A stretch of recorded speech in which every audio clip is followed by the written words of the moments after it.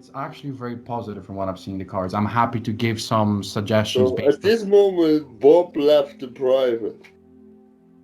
Sorry, dudes. Yeah, okay. He clearly Well, wants something else.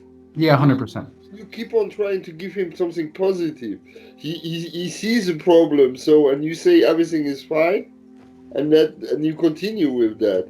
If the Mhm. client sees a problem, why would you reinforce that everything is fine? Well, unless Is the that what cards your are lying. cards told you? Sorry, of Is the that cards. really what your cards told you? Yeah, I don't see anything major in the negative. Like I am seeing that there Well, was. you put the tower as the first card and you tell me everything is dandy. I'm not sure the tower stands for positivity in this context. I think you were a bit overconfident. Yeah. Okay. So, So no, it's just what I feel from the cards because I mean the lovers doesn't show up, the king of cups doesn't show up, king of wands, the star. There's a page of cups, the ace of wands. There's a lot of. yes, okay, but who you believe more, your cards or your client? The client says six times to you, hey, listen, something is wrong. He even asks you specifically, look for something wrong. So he Mhm, wants to know why he's feeling that way. You 100%. tell him just it's fine, it's fine. You think that's gonna make Bob happy after he paid you Probably not. already So, 30 bucks? so I guess it's better to give Bob the advice, the raw advice in terms of how to fix what's wrong, correct? Yeah, but did you pull any cards on Bob? I pulled on both of them at the same time, actually, not specifically for Bob. I should have done that actually. That's a good one. May I pull specifically cards for Bob? No, Bob left the private already. Well, Bob pulled, yes, but ego and clairvoyance naturally clash, my friend. that's a good point. That's you cannot. It doesn't matter how good you are and who you are. You are the channel here. I didn't want to say everything, but I definitely didn't feel like he connected to who Bob even was because it was all. There was no space for Bob on the stage. Even though Bob paid for the stage. Are you sure these sessions are not for?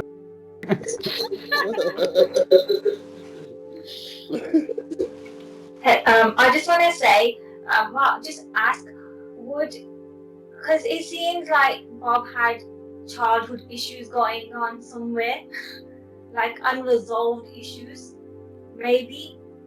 Is that something to explore or not? Yeah, if you find a way to get Bob there, if you connect enough to Bob that Bob feels like he wants to talk with you about it, then yes, but not just brutally leading it there, of course. You need to find a path to get wherever. So you need to first find what was wrong. Why did he perceive his wife betraying him, or what is the issue? And that's the essential point in this reading is really not if she betrayed him, but what is Bob's issue. You tell him communication, what he already hates to talk to her.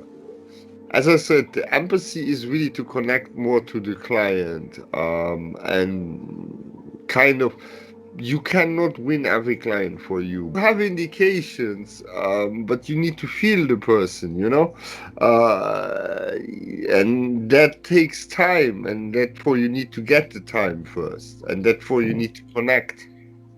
It won't work all the time. You have clients who have 9 credits left and they want in 3 minutes all the information, okay? And if you point in these 3 minutes and you give everything to the point, next time they come with the full 90 package credits to you. Yeah. So it's not about trying to fish the client and extend the private. That's not what I'm saying. But even in the 3 minute reading, I need to be able to connect to this client. And if I can answer the question in 2 minutes 30, the client is like, wow, okay, thank you so much, blah, blah, blah, blah, blah. And then that's when you can point and smile, yeah, you're welcome. I had a feeling you didn't have much credit. And then, oh, yeah, and then they have a bad feeling. Next time I have we have more time. It's That's what I mean. Okay. So, I, yes, I Peg. understand that, but it's if a girl asks, "Oh, when I'm gonna meet my love, and what star sign will he be?" How will find that out if she hasn't met her future love yet, and she says, "Oh, he's gonna be a Taurus"? How does the reader know that, the psychic? That's the thing I don't understand, because a lot of girls will want to know, "Oh, do you know what star sign he will be?" Because I've been asked that question, and I had like King of Cups and I like water sign, but I couldn't go into more details because I didn't know how to find out which one of those that person would be. That's Yeah, okay, but I didn't think that you can find everything out with cards. You can also feel the answer. There's no generic method necessarily, okay? But there is always a feeling, and you don't need to possibly nail it, but you already then saying, hey, it's certainly a water sign, okay? So you nail it down already to three, okay? So that is already, yeah. And then do you want me to look what water sign it is? And then you pull more cards, and then you already out, even if it's the other water sign. Oh, yeah, but the client said it's a water sign. Even if you're wrong with the other three, the client will forgive you. You understand how I mean? It's more to have a direction. it makes sense because I think also the rising sign mostly is what you show to the outer world or how you reflect to the outer world. So sometimes the ascendant or the rising sign is more of your actual characteristic rather than your actual star sign. Um, in astrology, because I'm Yes, Pisces, but rising is yeah, Aries, and people say, "Oh, I'm not a Pisces. I'm more of an Aries." So it's like, yeah, yeah, makes sense. Yeah. yeah. Still, the main tone of the main star sign is still present. Okay, but I understand what you say with the rising sign and the other things that obviously Sagittarius is not a Sagittarius. You have the three quarters where they are born. That makes already a difference. So you have a lot of factors will play a role, and obviously in a reading like that, you will not do a complete astrological chart. That's not I mean, if they want that, offer it, then offer your services and sell yourself for sure. But that's where we need to fish first. The fishing is nothing what you do intentionally to make money or to be better. It's something what should come naturally. If I'm having a discussion with you and you tell me, hey, yeah, I will get a nice car, naturally I will ask at least what color or what brand or something. So you are permitted to connect to your client, okay? And then you will find out how far the client will talk to you. If the client says, I prefer not talking about it, yeah, that's then when you take it somewhere else, right? This time, questions, connecting to the client, the feeling of the reading, the presentation, all of these factors, think on all of them now, okay? So, who is brave enough to go here? Thank you so much. Thank you. No, That was amazing. no worries. If there's anything else, you know where to find me. Phew. Okay. Okay, thank you guys. So, um, I go first, if I may. So I personally found the reading pretty good. That's the first thing. But let's start with the things I didn't like. There's too much card noises. I felt like I was like in, yeah. There's yeah. It's that has to do with the micro placement. The micro should be pointed up and not reverberate. Otherwise, I feel like being in Tosos Orion's room with the runes all the time. Yeah, it distracts just too much, and it showed that you were nervous. There was a lot of left, right, center. Your reading was on the point. You were definitely too nervous. That's an explanation for a lot of the movement. Yeah, I think that though just the quality of the reading was very on point. was also a very kind client. That was good. So no, aside from that, I think that was very good and on the point. And also, since we had more criticism, it was so far the best test reading we had. So that was good. That was my feedback. So who's next? Thank you. Who would like to add something? Sorry. Yeah, sure. I will have to agree this was the best reading so far. I loved how she opened it up with "Hi, how are you?" Then the person asked the question, and then she said, "Okay, I'm going to help you with that. If there's anything else, let me know." I just felt the opening was great. I thought she's amazing at connecting. So she's very not just asking questions and at the right time, but also the right questions. So you asked, you said something, and then you said, Are you aware of this?" And that she was like, "Yes," and that's perfect because not only are you fishing, but it also gets the person in this yes, yes, yes, yes stage. So I loved your fishing style. Your connecting was very on point. The introduction was very on point. I felt the reading was very on point too.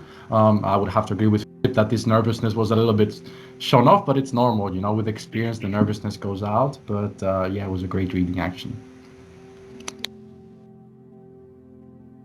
If I may, it was also very accurate, like very on point and accurate in everything. Oh my gosh. Yeah. Okay. Wow. Thank you. Okay. Good. Okay. Uh, yeah. I think what was missing there is for Johnny is an anagram, so basically a bridge. Okay, so I kept on perceiving, and that is good to depersonalize and still keep the reader in the thing to draw a bridge. So Johnny is basically what I draw here. So look. It's like a seed which is basically ready, but it doesn't go the straight up the way to get out of the soil. So that is the first thing. That might be just Johnny's character. The roots are strong, everything is strong, but somehow there is something what's missing to make this breakthrough. And that's I think what could then bring the journey more to the realization that it's actually all in his own hands.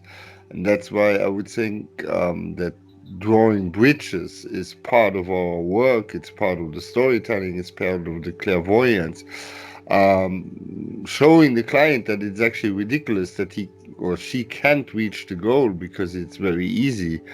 Basically, it's just a cage of fear, expectation, ego, and all of that. And you cannot tell the client like this, but if you do the analogy of something which is completely unpersonal, that's when you make the client often realize far more. That's what I would like to have seen here. Otherwise, it's too much of a dance of weird hypocrisy and friendliness. What happened here? But if you say, hey, analogy is like, I don't know, the story of King David, where both moms pulled the baby and the king decided, hey, the mom who let go is the one who's the real mother because she doesn't want the child to get hurt, right? And that's the analogies is what make the client realize. That's how stories are built up to teach people, children, something. And this is what these tools you guys need to use more. In that sense, the client can detach and realize it. If you say the same story about, yeah, this is you and this is her, and that's what you do, the client will not want to hear it. But if you have a bridge and the client realizes, shit, yeah, I pretend I love him so much and still I don't care, I hurt him, right? That's what I would advise, finding bridges which break the defense. And then the client can decide how much is true for them and how much is not. And they have their time. Obviously, if you push them just like in it, they don't like it most of the time. But if you give them the space with this story, to see where they find themselves in the story, that's when the client still has the feeling he is still in control. Even though he pays you for reading, you are not taking over his life, right? That's the thing, and that's also in the spiritual world why all of these stories happen. It's to give examples that people can relate to. Okay, so that's the only thing I would add as a constructive criticism. We need to take examples where we imagine a friend and you need to embody the friend. Johnny talked all the time in the third person. I assume Johnny is a Native American. Uh, so embody that more and do in the next practices when we practice, because we practice for Orenum. Let's keep it a bit more like that, just to keep it as close to the real, because these things you will remember.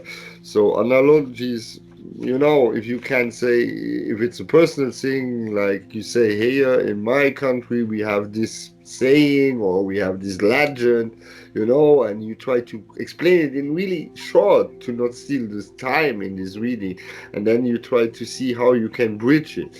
So, and here I see the same two forces who pull, just to stay in the example, paint a story, you know that's your storyteller, and as more you can connect, and yeah, as more that fits together. Other than that, as I said, it wasn't bad, but I think when Johnny would have had this little bridge, it would have easier to continue with Johnny, and Johnny said, yeah, you're right, actually I know I could already have done 6 things, but I decided to not follow them up. Well, okay, and then we have Johnny cracked open without defense, and that's when we can work on Johnny, isn't it? A classic example where these metaphors can help a lot, yeah. And that's why it's good to know religions. It's good if you have a Christian client and you know something of the Bible, a story what fits to it, then drop it, if whatever religion or background, that's how the client can identify, and how you mirror the client is speaking their language. Okay, because it doesn't matter if you're very intellectual, very good with words. It's not about writing a poem where you get measured on the quality your words you choose, but it depends on the one who is supposed to understand it. How much can this person relate to it? That's something. What comes then with following up with clients, and if you're really good, you can do that in even a 3-minute reading. It's that makes a difference between a very good reader and a good reader.